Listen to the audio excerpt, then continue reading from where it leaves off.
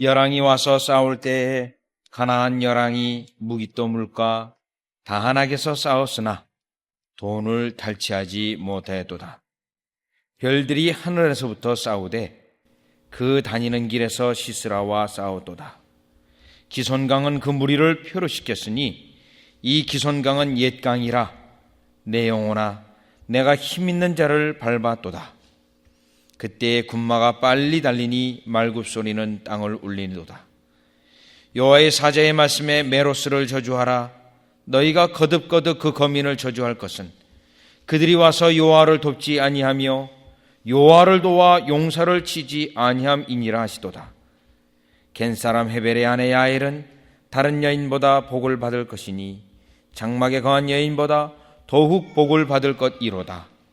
시스라가 물을 구하며 우유를 주되 곧 엉긴 젖을 귀한 그릇에 담아 주었고 손으로 장막 말뚝을 잡으며 오른손에 장인의 방망이를 들고 그 방망이로 시스라를 쳐서 머리를 뚫 때 곧 살적을 꿰뚫었도다. 그가 그의 발 앞에 구부러지며 엎드러지고 쓰러졌고 그의 발 앞에 엎드러져서 그 구부러진 곳에 엎드러져 죽었도다. 시스라의 어미가 창문으로 바라보며 살창에서 부르짖기를 그의 병거가 어찌하여 더디 오는고 그의 병거 바퀴가 어찌하여 더디 구는고 하매 그 지혜로운 시녀들이 대답하였겠고 그도 스스로 대답하기를 그들이 어찌 노략물을 얻지 못하였으랴 그것을 나누지 못하였으랴 사람마다 한두 처녀를 얻었으리로다. 시스라는 채색 옷을 노력하였으리니 그것은 수놓은 채색 옷이로다. 그 양편에 수놓은 채색 옷이리니 노력한 자의 목에 꾸물이로다 하였으리라. 여호와여 주의 대적은 다 이와 같이 망하게 하시고 주를 사랑하는 자는 해가 힘있게 돋은가 같게 하시옵소서 하니라. 그 땅이 40년 동안 태평하였더라. 아멘. 하나님께서 이스라엘 백성을 이끄실 때 시청각 교육을 매우 많이 하셨습니다. 애굽 땅에서 이끌어내실 때 10가지 재앙을 통하여 하나님의 큰 능력을 시위하셨고 또 그 가운데 10번째 재앙은 하나님께서 그 백성을 구속하시는 그러한 증거로 삼으셨고 또 홍해바다를 건너시며 그 엄청난 역사를 이스라엘 백성으로 눈으로 똑똑히 보게 하셨습니다. 물론 만나와 메추라기와 또 구름기둥 불기둥 이러한 역사는 하나님께서 이스라엘 백성을 하나님의 전능하심과 하나님의 사랑하심을 직접 보여주는 시청각 교육이었습니다. 이렇게 하나님께서 이스라엘 백성을 시청각 교육을 하시면서 가나안 땅으로 들어오게 하실 때 2가지 산을 보시면서 그들에게 시청각 교육을 했는데 그리짐산이 하나 있었고 하나는 에발산이 있었습니다. 그런데 그리짐산에서는 축복을 선언하였고 에발산에서는 저주를 선포하였습니다. 그래서 이스라엘 백성은 그리심산을 보면은 하나님의 말씀을 순종하면 우리가 축복을 받는구나. 그런데 이 에벨산을 보면 하나님의 말씀을 불순종하게 되면 우리는 저주를 받는구나. 그래서 그 두 산을 바라보면서 날마다 그들은 우리 하나님께서 시청각 교육을 한 것을 눈으로 직접 보면서 그들은 깨달음을 얻게 하셨습니다. 중요한 것은 그 두 산이 하나는 축복이요 하나는 저주라는 것입니다. 그런데 오늘 하나님께서 이스라엘 백성으로 승리하게 하신 후 두보라로 찬송을 하게 하셨는데 이 찬송 가운데 축복받은 이와 저주받는 이가 뚜렷이 두 사람으로 두 부류로 나누어지고 있습니다. 지난주 우리가 살펴보았던 본문도 그렇고 오늘 본문도 축복받은 자가 있으며 그렇지 아니하고 저주받은 자, 하나님의 심판을 받는 자 두 부류로 나눠져 있는 것입니다. 그래서 저희는 오늘 이 말씀을 통하여서 이 말씀이 우리에게 시청각 교육으로 되어져서 이 말씀을 읽을 때마다 하나님의 축복받는 자 또 하나님의 저주를 받는 자, 우리는 축복받는 자에 서게야겠구나 하는 여러분의 결단이 있기를 바랍니다. 자, 그러면 오늘 본문은 먼저 저주받은 자, 하나님의 심판을 받는 자로부터 먼저 설명하고 있습니다. 그러면 19절에서 22절의 말씀을 보면 하나님의 심판을 받은 자의 그 특징들이 이 찬송 속에서 언급되고 있습니다. 그들은 누구인가 하면 19절에 보니까 열왕이 와서 싸울 때에 가나왕 열왕이 무기또 물과 다한악에서 싸웠으나 돈을 탈취하지 못하였도다. 여기서의 이 열왕이라는 것은 가나안을 도우려고 왔던 자입니다. 가나안을 돕기 위해서 열왕이 가나안과 동맹을 맺으면서 이스라엘 백성에게는 대적하여 전쟁에 동맹하여 나왔습니다. 하나님의 보기에 이 자들은 원수인 것입니다. 왜냐하면 하나님의 원수, 이스라엘 백성의 원수를 돕는 그들이기 때문에 그들은 하나님의 눈에 원수인 것입니다. 악한 자를 돕는 것은 하나님의 원수가 되는 것입니다.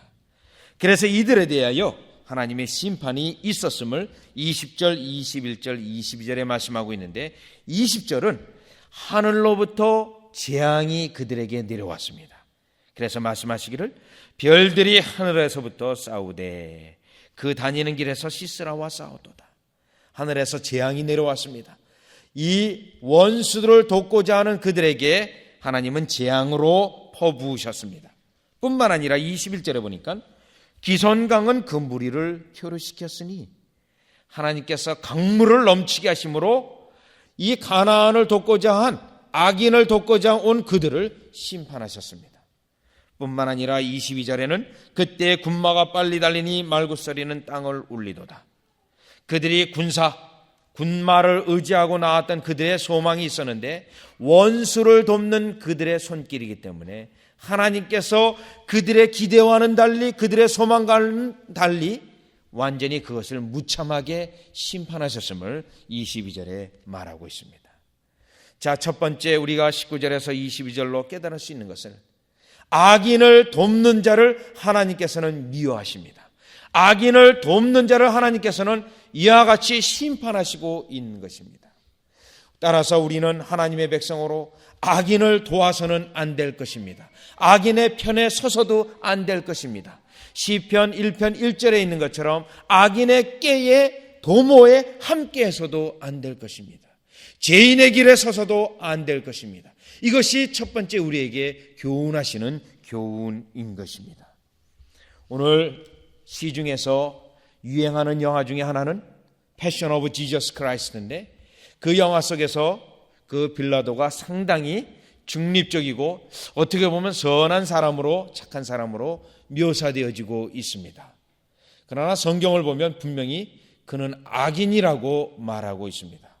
디모데전서 6장에 예수 그리스도의 선한 증거를 받았으나 그 증거에 대하여 받지 않았기 때문에 악인이라고 말합니다.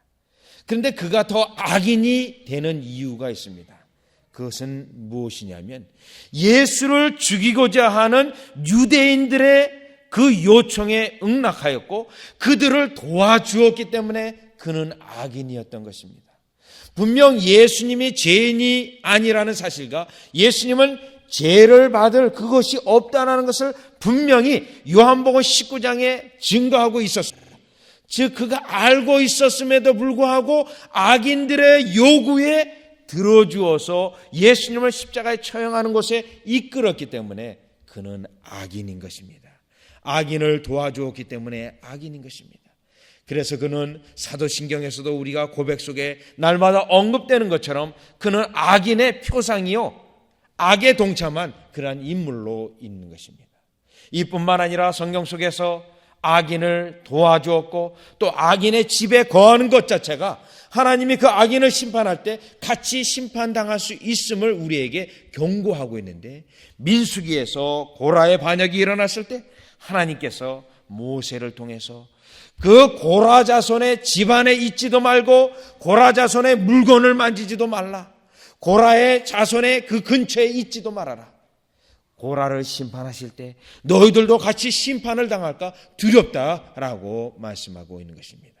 우리는 오늘 본문에서 첫 번째 깨달을 수 있는 것은 여러분은 악인을 도와주어서는 안 될 것입니다. 악인과 함께 거해서는 안 될 것입니다. 하나님의 거룩한 백성으로 그들과 구별되어져서 그들을 하나님께서 그들을 심판하실 때 혹여라도 같이 심판을 당하는 그런 어리석음에 잊지 말아야 할 것입니다. 오늘 본문에서 두 번째 또 살펴볼 수 있는 것은 23절의 말씀입니다. 우리가 그리심산과 에발산을 보면서 하나는 축복의 산이요 하나는 저주의 산인데 역시 23절에 저주에 해당되는 그러한 백성이 언급되어 있습니다. 그들은 누구인고 하니 23절에 여호와의 사자의 말씀에 메로스를 저주하라. 너희가 거듭거듭 그 거민을 저주할 것은 그들이 와서 여호와를 돕지 아니하며 여호와를 도와 용사를 치지 아니함이니라 하시도다. 자, 그러면 이 메로스는 저주하라 저주하라 저주받은 거민들입니다. 하나님의 저주가 그들에게 완전히 선포되어지고 있는데, 그러면 이 메로스는 어떠한 거민들이길래 이렇게 하나님의 저주를 받는가? 이 메로스는 누구이냐면 어떤 사람들이냐면 이 이스라엘 백성이 가나안 그 군사들과 전투할 때 바로 그 전투 현장 옆에서 살고 있었던 사람들입니다. 전투를 열심히 이스라엘 백성이 하고 있는데 바로 그 옆에 살면서도 도와주지도 아니하고 외면했던 자들입니다. 그래서 이들은 형제인 이스라엘 백성을 마음을 시험을 들게 하고 낭망을 하게 하여서 오히려 걸림돌이 되었던 인물들입니다. 근데 이들을 향하여 하나님께서 지금 말씀하시기를 여호와를 돕지 아니하여 그 이스라엘 백성의 전쟁에 하는 모습을 보고도 돕지 않은 그들을 여호와를 돕지 않았다라고 말하고 있습니다. 그러면서 저주받을 것을 선포하고 있는 것입니다. 자, 이 말씀은 오늘날 우리에게 하나님의 백성에게 요구하시는 것이 있습니다. 우리가 하나님의 백성으로서 또 하나님의 사업에 적극 동참하며 그 여호와를 위하여 우리가 헌신해야 될 것을 요구하는 본문입니다. 왜냐하면 그 현장에, 그 하나님의 사업 현장에 우리가 외면하고 우리의 일이 아닌 양 그 힘든 일을 외면하게 되면 하나님께서 오늘 본문에 같이 여호와를 돕지 아니하며 여호와를 도와 용사를 치지 아니하였다라고 말하면서 그들은 에발산에서 선포한 저주에 받은 백성, 그것에 해당될 것을 말씀하고 있기 때문에 그렇습니다.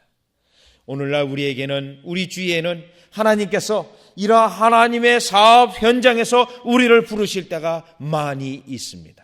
그때 여러분들이 외면하신다면 그것은 오늘 본문에 있는 것처럼 바로 메로스에 해당되는 그러한 죄를 우리가 범하게 될 것입니다. 저는 오늘날 한국교회를 바라보면서 참 안타까운 생각을 하나 갖게 됩니다. 왜냐하면 오늘날 한국교회에, 한국사회에 이 제3세계에서 온 그러한 노동자들이 많이 있습니다. 그런데 그 노동자들을 한국 사람들이 핍박을 하고 또 교회들이 그들에 대하여 관심을 가지지 않습니다. 물론 그것을 위하여 헌신된 선교사님도 계시고 또 그것을 위하여 전국에 지부를 두고 또 이 헌금을 받아서 그 사업에 하는 그러한 목사님도 계시지만 교회들이 대체적으로 관심을 가지지 않습니다. 그런데 하나님의 입장에서 그 현상을 볼 때 우리는 주의 깊게 생각하지 않을 수가 없습니다. 왜냐하면 그 외국의 제3세계 노동자들이 언제부터 들어왔냐면 IMF 맞은 이후부터 본격적으로 막 물밀듯이 들어왔습니다. 그러면 이 IMF를 맞이하면서 한국교회는 이 달러가 없어서 선교사를 파송했는데 파송한 선교사까지도 돌아오라고 하는 그러한 현상을 맞이할 수밖에 없습니다. 그러니 하나님께서 그 현상에서 자, 그러면 너희가 나갈 수 없으니까 내가 오히려 그들을 너에게 보내주마. 너희들이 나갈 수 없으니 그들을 너희의 문 앞에 보내줄게 해서 한국교회 앞에 하나님께서 보내주신 것입니다. 그들을 선교하여서 그들이 복음을 받고 다시 고향 땅에 들어가게 되면 그들이 선교사로서 그곳에 복음을 할 수 있는 그러한 자들이 되기 때문에 하나님께서 보내주신 그것입니다. 그런데 하나님께서 이러한 역사 때문에 보내주셨는데 오늘 본문에 있는 메로스와 같이 그 거민과 같이 그들을 외면하고 한국교회가 그들을 향해서 해야 될 일을 하지 아니하고 한다면 하나님께서는 내가 너희들에게 기회를 주고 이 하나님의 사업에 동참할 기회를 코앞에 주었건만 외면하였다 하여서 메로스와 같은 그들로 이 징계하시고 하나님께서 심판하실 것입니다. 자, 이 본문은 오늘 하나님께서 하나님의 사업에 여러분이 동참케 하시고 하나님의 역사를 이루기 위하여 바로 하나님께서 기회를 주시면서 여러분 앞에 역사를 두셨습니다.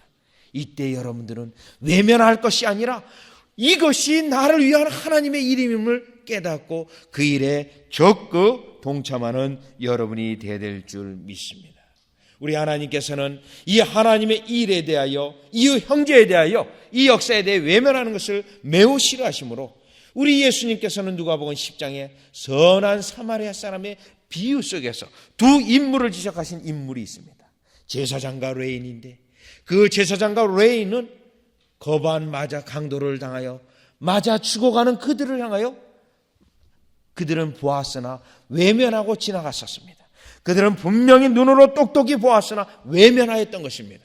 그들은 하나님께서 그들로 구제하고 그들에게 사업을 할 수 있는 기회를 주었지만 그들은 외면하고 지나가기 때문에 예수님께서 그 본문 속에서, 그 말씀 속에서 그들은 진정한 하나님의 백성이 아닌, 진정한 하나님의 이웃 사랑하는 아닌 백성으로 언급하였고, 오늘 메로스와 같이 그러한 불의의 사람들은 우리 하나님이 기뻐하지 않을 뿐만 아니라 저주받은 백성과 같이 여길 것으로 우리는 깨닫게 됩니다. 그래서 23절을 통하여 여러분들은 하나님께서 기회를 주실 때마다 그 기회가 하나님의 사업에 적극 동참하여 하나님의 축복에 동참하는 여러분이 되시기를 주 예수 그리스도의 이름으로 축원합니다. 그런데 본문을 보면 24절에 보니까 이 24절에 아까는 저주받은 백성, 심판받은 백성에 대해 주 언급이 되었으나 24절에 하나님의 축복을 받은 그 축복에 대해서 언급하고 있습니다. 누군가 하니 여러분들이 이미 사사기 4장에서 살펴본 바와 같이 야엘이라는 여인이었습니다. 야엘에 대한 여인에 대하여 하나님의 축복이 어떻게 선포되고 있는지 24절을 보십시오. 겐사람 헤벨의 아내 야엘은 다른 여인보다 복을 받을 것이니, 다른 여인보다 복을 받을 것이니, 더 복을 받을 것입니다. 또한 장막에 거한 여인보다 더욱 복을 받을 것이로다. 더욱 복을 받을 것을 말씀하고 있습니다. 자, 그러면 이 여인이 복을 받는 여인의 믿음의 증거를 또 이 예언의 영을 받아 찬송하는 찬송 속에 하나하나 언급되고 있는데 25절을 보니까 이 헤벨의 아내 야엘의 믿음의 모습입니다. 시스라가 물을 구함에 우유를 주되 곧 엉긴 젖을 귀한 그릇에 담아 주었고, 자, 여기서 원래 야엘과 시스라는 서로 동맹지간입니다. 근데 이 동맹지간에서 이 동맹을 끊고 이 하나님의 절호에 하나님의 백성을 돕고 하나님을 섬길 수 있는 이 기회에 자신의 동맹 시스라를 끊고 이스라엘 백성을 섬기는 그 기회로 삼았습니다. 그 기회로 삼는데 얼마나 이 여인이 지혜로웠냐면 물을 달라고 했는데 엉긴 젖을 주었습니다. 그러니까 이 엉긴 젖을 주니 이 시스라는 마음을 대접받는 그 마음에 기분이 좋아서 마음이 푹 안심이 됩니다. 그런데 이 여인이 젖을 주었을 뿐만 아니라 어디에 주었습니까? 보니 귀한 그릇에 담아 주었고, 귀한 그릇에 담아 주었습니다. 여러분 혹시 식사 대접을 받을 때 귀한 대접의 그릇에 여러분 음식을 공개받으면 우리의 마음이 나도 모르는 사이에 즐겁게 되어져 있습니다. 자, 이 정도 되니 이 시스라가 마음을 툭 놓습니다. 그리고 나서 이 야엘이라는 여인이 이 시스라를 암살하게 됩니다. 이 여인의 이러한 모습은 믿음에 나서 나온 지혜로운 모습인 것입니다. 즉 하나님의 백성을 섬길 수 있는 기회, 여호와를 섬길 수 있는 그 기회를 이 여인의 지혜, 믿음에 나서 나온 지혜를 통하여 지금 하나님을 섬기고 있는 것입니다. 이것에 대하여 하나님께서는 기억하시고 지금 예언의 찬송 속에서 이 여인을 칭찬하고 있는 것입니다. 여러분, 오늘 우리의 여인들도 이와 같은 하나님을 섬길 수 있는 기회를 철저히 놓치지 말으시기를 바랍니다. 지혜를 사용하셔서 놓치지 말으시기를 바랍니다. 왜냐하면 사무엘상 25장 2절에 보면 그 아비가일이라는 여인이 나오는데 이 아비가일이라는 여인은 매우 지혜로운 여인이었습니다. 다윗이 자신의 남편을 죽이려고 지금 오는 길에 그 음식을 장만하고 하나님의 중심에 되는 그 말씀을 가지고 다윗을 설복시켰습니다. 그래서 이 다윗의 설복을 받은 이 다윗은 하나님께 찬양을 합니다. 하나님, 이 지혜로운 여인을 만나게 해주심을 감사를 드립니다. 이 여인의 말을 듣고 내가 괜히 쓸데없이 피를 흘릴 일을 하나님께서 막으셨습니다 하고 하나님을 찬양했습니다. 아주 지혜로운 여인이었습니다. 이 지혜로운 여인은 그뿐만 아니라 다윗을 공개하는 것을 통하여 하나님의 축복의 기회로 삼았다는 것입니다. 아주 매우 지혜로운 여인이었는데 바로 오늘 본문 24절에 이 야엘의 여인과 일맥상통하는 믿음의 모습을 가졌던 여인입니다. 다시 본문으로 돌아오셔서 26절을 보면 이 야엘의 믿음의 모습이 어떻게 또 칭찬되어지고 있냐면 손으로 장막 말뚝을 잡으며 오른손에 장인의 방망이를 들고 그 방망이로 시스라를 쳐서 머리를 뚫 때 그 살적을 꿰뚫었도다. 이 여인의 지혜로운 지혜뿐만 아니라 용기스러운 용맹스러운 믿음의 모습입니다. 사실 여인이 어떤 남정네를 죽인다라는 건 쉬운 일이 아닙니다. 근데 이 일을 감히 용감스럽게 담대하게 이 일을 감당하고 있는데 역시 우리 하나님께서 칭찬하시는 칭찬 속에서 믿음에서 나온 담대함인 것입니다. 즉 하나님의 축복의 기회에 담대함으로 소심함이 아니라 담대함으로 나가서 그것을 자신의 축복의 기회로 삼았던 여인의 모습인 것입니다. 오늘 우리 하나님께서는 이 하나님의 이 세상의 역사를 이루어가는 가운데 우리 사랑하는 백성들에게 믿음의 백성에게 하나님의 백성에게 이러한 축복의 기회를 지금도 여전히 주시고 있는 것입니다. 그것이 오늘 본문에 있는 것처럼 가나안과의 전쟁과 같은 모습 속에서 때로는 헌신의 모습 속에서 충성하고자 하는 그러한 기회 속에서 여러분들에게 주시고 있는 것입니다. 그때 우리는 반드시 축복의 백성의 서열에 대열에 있어야 될 것입니다. 그것은 여러분들이 믿음으로 응답하여 지혜롭게 담대함으로 그것을 나의 축복의 기회로 삼아서서 하나님께 영광 돌리는 여러분이 되어야 될 줄 믿습니다. 그런데 이러한 하나님의 축복의 기회를 삼을 때 여러분 민첩해야 됩니다. 사람들이 세상 사람들이 말하기를 버스가 지나간 후에 버스를 타려고 한다면 이미 버스는 떠나간 것입니다. 민첩해야 되는데 오늘 본문에 있는 이 아이는 매우 민첩했습니다. 그런데 신약 성경에 보면 이 축복의 기회 때 매우 민첩한 사람들이 있습니다. 그들이 사도행전 18장에 보면 로마에서부터 고린도로 이사한 그러한 브리스길라와 아굴라의 그 가정이 그러합니다. 그들이 바울과 같이 만났습니다. 그런데 바울과 같이 만난 그때 업이 같았습니다. 이 브리스길라 아굴라는 이미 로마에서부터 예수를 믿게 된 그러한 인물들입니다. 그때 업이 같았고 또 사도 바울이 복음을 위하여 사역하는 자인 줄 알고 그들과 같이 함께 동역을 합니다. 동역을 하면서 이 사도 바울이 고린도에서 사역이 다 끝나가고 1년 6개월이 끝나가고 에베소로 옮기게 됩니다. 에베소로 옮길 때 이 브리스길라 아굴라가 바울과 같이 에베소로 같이 갑니다. 그럼 왜 같이 갔겠습니까? 바울을 도와서 하나님의 사업에 복음 사업에 민첩하게 그 기회를 나의 축복의 기회로 삼기 위해서 그곳에 동참하게 된 것입니다. 그뿐만 아닙니다. 에베소에서 사역하고 있을 때 아볼라라는 자가 와서 설교를 하게 됩니다. 설교를 가만히 들을 때 아직 복음의 전체에 대해서 깨닫지 못한 것을 발견하게 됩니다. 그때 그들이 그 민첩함을 발휘해서 그를 자신의 집에 데리고 갑니다. 자신의 집에 데리고 가서 그에 대해서 그에게 복음을 전체를 설명해 줍니다. 그 전체를 설명해 주는 그 기회를 놓치지 않았던 것입니다. 그래야 아볼로는 진정한 복음 사역자로 다시 거듭나게 되어져서 복음을 위하여 그 부르짖는 자가 되게 한 것입니다. 왜냐하면 브리스길라와 아굴라의 민첩한 그 모습 때문에 되어진 것입니다. 오늘 따라서 본문을 통하여 여러분들이 하나님의 복받는 기회, 하나님 앞에 충성하는 기회 속에서 민첩하고 지혜롭고 담대하게 행동하셔서 그 기회가 여러분들의 축복의 기회가 그 축복도 본문 마지막 절에 있는 것처럼 사사기 5장 31절에 마지막 축복에 있는 것처럼 이렇게 말합니다. 주를 사랑하는 자는 해가 힘있게 돋은갑게 하옵소서.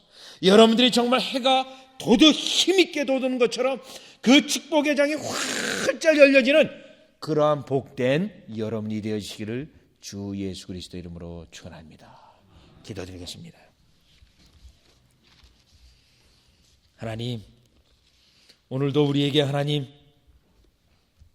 그리심산을 바라보며 영적인 그리심산을 바라보며 축복의 기회가 있게 하심을 감사를 드립니다. 하나님, 이때 오늘 본문에 있는 야엘과 같이 민첩하고 지혜롭고 담대하게 감당하여서 그 기회가 우리 하나님께서 칭찬하시는 기회, 또 복의 복을 주시는 기회, 햇빛이 힘차게 돋은 것 같이 하나님의 의로운 해가 힘차게 돋는 그러한 축복이 우리에게 임하게 하여 주시옵소서. 예수님의 이름으로 기도드려옵니다.